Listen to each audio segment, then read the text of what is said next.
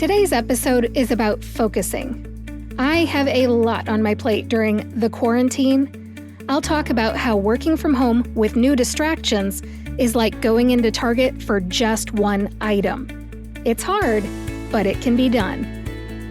You're listening to the Pharmacist Voice Podcast, a journey-style podcast about my career change from pharmacist to voice actor. I'm your host, Kim Newlove. I alternate solo shows and interview shows. The solo shows are about my career change, and the interview shows feature a variety of people who use their voices to advocate, educate, or entertain. I specialize in medical narration and e-learning. If you have a project in mind, reach me through my website, thepharmacistvoice.com. That's thepharmacist with an S, voice.com. Thank you for joining me for episode 14. I'm talking about focusing today. Have you ever shopped at Target? If you have, you might know where I'm going with this. For listeners outside the US, Target is a very successful and well-loved American retail corporation. In the US, we call it a big box store. You can get just about anything at Target, from prescriptions to groceries to shoes. Target is known for its addictive shopping experience. Shoppers often joke about going into the store to make one purchase but end up buying more. To keep customers coming back, Target uses clever marketing, strategic product positioning, and a treasure hunt-like shopping experience. To give you an idea of what I'm talking about, I included a link to a funny 2-minute YouTube video in the show notes. It shows a woman in her car arriving at Target to buy one very specific thing. She goes into the store, gets a shopping cart, and buys all kinds of stuff. The video ends with her back in her car, remembering that she has forgotten the one thing she went into the store to buy. Are you like the shopper in my example? Or can you go into Target, just buy that one thing you need, and leave without getting the other stuff? What does shopping at Target have to do with my career change from pharmacist to voice actor? Stay with me, I'm getting there. As I record this on April 16th, 2020, my family and I are mostly staying at home to reduce our risk of contracting the coronavirus. That means my kids are not physically at school. They're at home, like all the other children in Ohio. My younger son has online school. My older son, who has autism, has his own work to do. It is not online, and he needs one-on-one supervision at all times. I'm in charge of both boys while my husband works outside the home. Working from home with added responsibilities and distractions is like going into Target for just one item. It's hard, but it can be done. Even though I have a lot more on my plate right now, I'm still making progress. How is that possible? Well, I have a secret weapon. Are you ready for it? Lists. Do you think the Target shopper from my story would have forgotten what she needed if she had used a list? No. No way. Lists help me focus so I can be present for my family and work towards my professional goals. I have a projects list for my house and everyone in it, a list of business goals, and a daily list.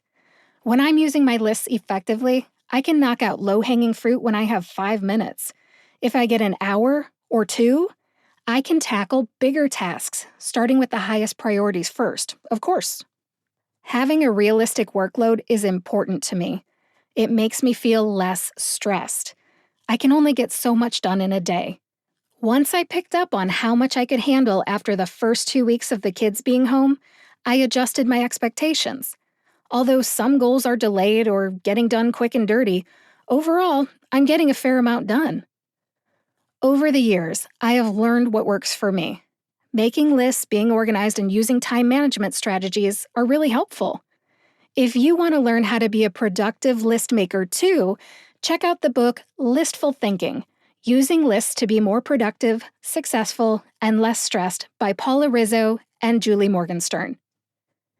Do you want to improve your organizing and time management skills too?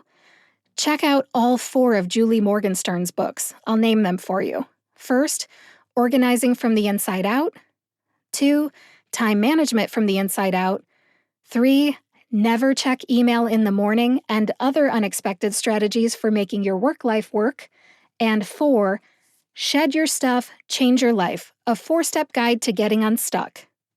All those books are in the show notes with links to Amazon.com if you want to check them out. For years now, I've been using a spiral-bound notebook to make a daily list. I have appointments and reminders programmed into an electronic calendar, but for a daily agenda or a to-do list, I need something I can touch. A notebook really works for me.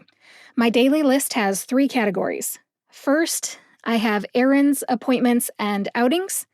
Second, I have projects. And third, I have phone calls, emails, social media, and texts. Here's a quick rundown of how I use my list. The first category is errands, appointments, and outings. It includes anything that requires being out of the house. Typically, this includes tasks like going to the gym, checking my business mailbox, carpooling my son and his friends home from track practice, doctor's appointments, and so on. The second category is projects. This is a vague category, but it involves everything that gets done at home but doesn't involve communication. Many of my business tasks fall into this category, but so does making beds, doing dishes, folding laundry, and prepping food for dinner. There's nothing like finding out you need to have a lasagna in the oven 30 minutes before dinner's actually supposed to be on the table. It's best to start the day with something like dinner in mind, just in case I need to run to the store for a forgotten ingredient or make dinner in advance because it's my turn to run my son's carpool right before dinner.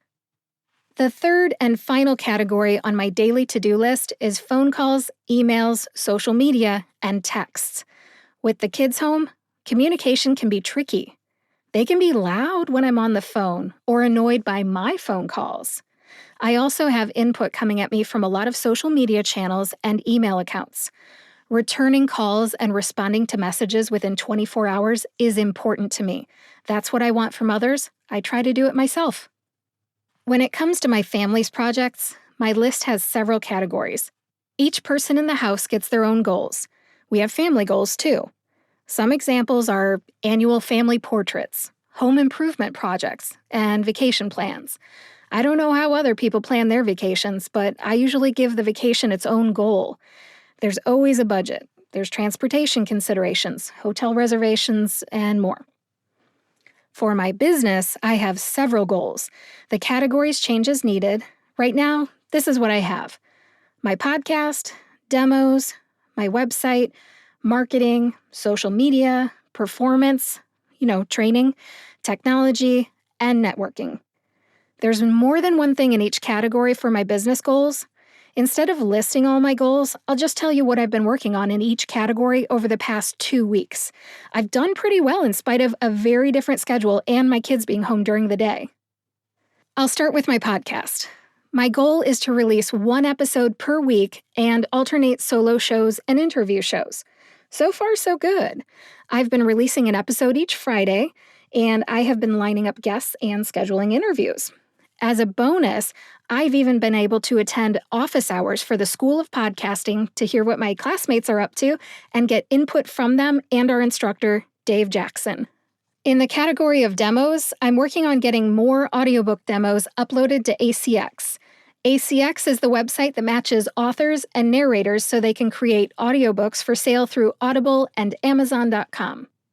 Some exciting news on a different topic now. VoiceActorWebsites.com is helping me create a new website. Branding is important to the website, and 2 books are helping me learn more about branding. They are Celia Siegel's book, Voiceover Achiever, Brand Your VO Career, Change Your Life, and Donald Miller's book, Building a Story Brand, Clarify Your Message so Customers Will Listen. Both are in the show notes with links to Amazon.com if you want to check them out too. With my marketing goals, I'm starting to direct market to potential clients. Eventually, I want to reach out to 5 a day. I also just joined Voquent, which is a matchmaking website for voice talents and voice seekers. My top social media goal right now is to update my banners so my brand is consistent across all the sites I use: LinkedIn, Twitter, Facebook, and Instagram. I'm moving forward with audiobook narration lessons with Sean Pratt. I just got my homework assignment, and I'll be busy with that this month. I'm also continuing to train with medical narration. I'm just reading things on my own and practicing. I have some technology goals. One thing I needed to do was order some backup cables and a new set of headphones. Got that done. I'm also taking an online course called Studio One Jumpstart. I'm learning tricks so I can become skilled and faster at audio editing. Very important. I have some networking goals. I'm pleased to say that I'm doing the best I can, all things considered. LinkedIn, Zoom, and Skype are a big help. I'm expanding my network using LinkedIn, and I'm attending meetings using Zoom and Skype. 2 examples for you. Every other week, I meet with my voice actor accountability buddies using Zoom, and once a month, I meet each of my audiobook accountability buddies using Skype. Thanks to the power of lists, I am able to focus. I have goals, I know my priorities, and I am staying on track. I have changed my expectations about how much I can get done in a day, but I'm still productive and I feel good. Thank you for listening to episode 14 of the Pharmacist Voice podcast with me, your host, Kim Newlove. Please visit thepharmacistvoice.com to subscribe and read the show notes. That's thepharmacist, with an S, voice.com.